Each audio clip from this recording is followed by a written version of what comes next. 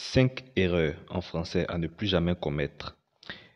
C'est aujourd'hui ce que nous allons voir dans cette vidéo. Alors, abonnez-vous, activez la cloche de notification pour ne manquer aucune des prochaines vidéos. On y va. Eh bien, commençons par le verbe quitter. Alors, plusieurs personnes, lorsqu'ils s'expriment en français, ont l'habitude de dire « je suis quitté ». Par exemple, je suis quitté dans la salle hier. Lorsque les gens me parlaient, j'étais énervé et patati patata. Alors, ce qu'il faut comprendre ici, le verbe quitter ne s'emploie pas avec l'auxiliaire être, mais plutôt avec l'auxiliaire avoir. Par exemple, on ne dit pas je suis quitté dans la salle, mais plutôt j'ai quitté la salle. Ok?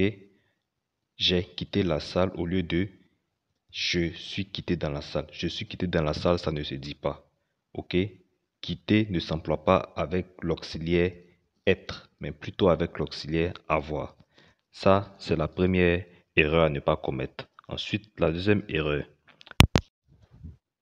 La deuxième erreur, on va prendre le verbe sortir. Alors, plusieurs ont l'habitude de dire je suis sorti au dehors ou ce monsieur est sorti au dehors. Il est sorti au dehors. Elle est sortie au dehors. Tout ça, ce sont des erreurs communes que nous entendons chaque jour. Alors, si vous voulez faire la différence, c'est à vous de faire vos propres recherches afin d'analyser ce qu'il faut dire lorsque vous vous exprimez. Par exemple, sortir, ici, le verbe sortir exprime déjà le fait d'être à l'extérieur d'un endroit. On ne dit pas je suis sorti au dehors, mais plutôt je suis sorti tout simplement ou je suis dehors. Tout simplement, c'est ce qu'il faut dire au lieu de je suis sorti au dehors ou je suis... Bref, on ne dit pas je suis sorti au dehors, mais plutôt je suis dehors. Tout simplement. Et la troisième erreur, c'est avec le verbe monter. Alors, beaucoup de personnes aujourd'hui encore disent je suis monté en haut, au lieu de dire tout simplement je suis monté. Lorsqu'ils veulent faire une phrase avec le verbe monter, par exemple, s'ils sont déjà en haut, dans un endroit, je sais pas, quelque part, par exemple, lorsqu'ils s'expriment, ils disent je suis monté en haut, plutôt de je suis monté ou tout simplement je suis en haut.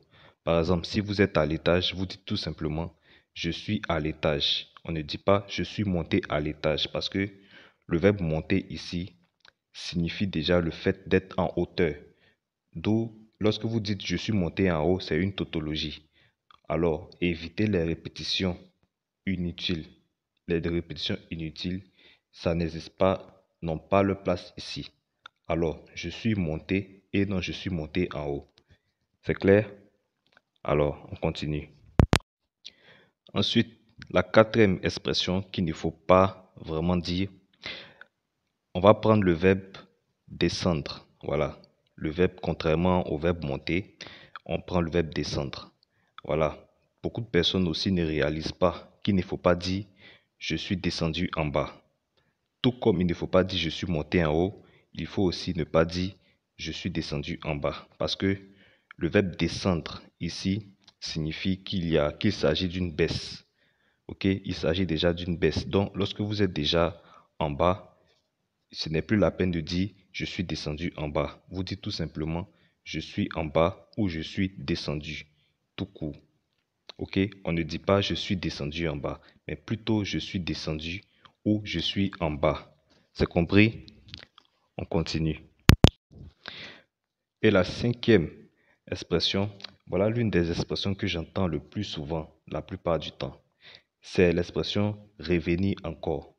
Bon, je sais pas comment qualifier ça, si c'est dans un jargon français ou bien bon, je sais pas. Mais revenir, lorsqu'on emploie le verbe revenir, on n'a plus besoin d'ajouter encore. Parce que revenir veut dire une nouvelle fois. Encore veut également dire quelque chose de nouveau ou quelque chose qui s'est passé dans le passé que vous êtes en train de répéter. D'où on ne peut pas dire revenir encore. Par exemple, un jour je me baladais, j'ai entendu des messieurs parler, s'exprimer avec des gens, des personnalités au téléphone ou dans la rue. Et l'un d'eux a dit, le monsieur hier soir est revenu encore. Bon, lorsque vous analysez, qu'est-ce que ça fait dans votre esprit? C'est pas logique ça. Alors, on ne peut pas dire je suis revenu encore, mais plutôt je suis revenu ou je suis venu encore. Ok? Venir encore se dit, mais revenir encore ne se dit pas. Cette expression est à bannir, s'il vous plaît. Ok? Ne passez pas pour un ridicule en voulant impressionner les gens tout le temps. Ok? Si vous ne connaissez pas, mieux vaut se taire et demander en secret pour mieux apprendre, plutôt que de venir vous ridiculiser. Ok? Donc, pour éviter ce genre d'erreur, prenez le temps de faire vos propres recherches sur les réseaux sociaux ou regardez mes vidéos, bien évidemment, afin d'apprendre mieux, afin de savoir quelle erreur il ne faut pas commettre lorsque vous vous retrouvez en face des gens à qui vous avez affaire, des personnes que vous voulez rencontrer pour des opportunités qui vous sont chères. Alors, on ne dit pas je suis revenu encore, mais plutôt je suis venu encore ou je suis revenu tout simplement. C'est compris? Merci bien.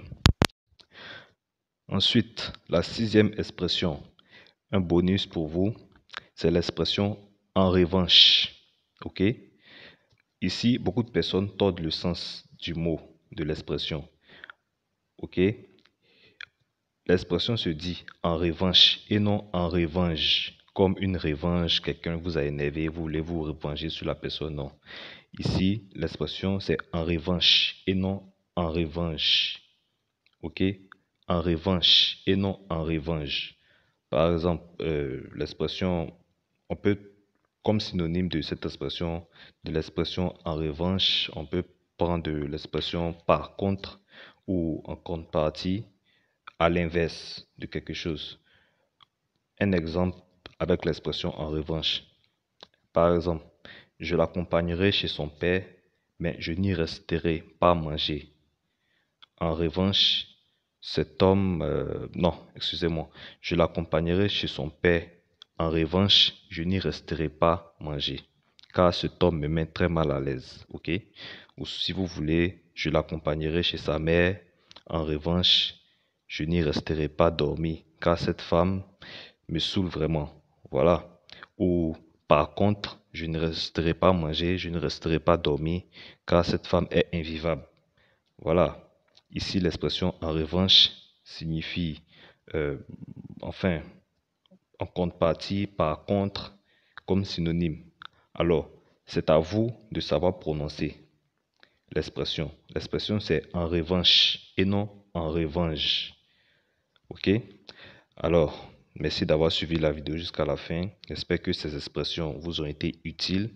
Si c'est le cas, n'hésitez pas à vous abonner, activer la cloche et partager aussi cette vidéo à des personnes qui en ont besoin, des personnes de votre entourage qui ne savent pas comment mieux prononcer, qui ne savent pas la signification des mots.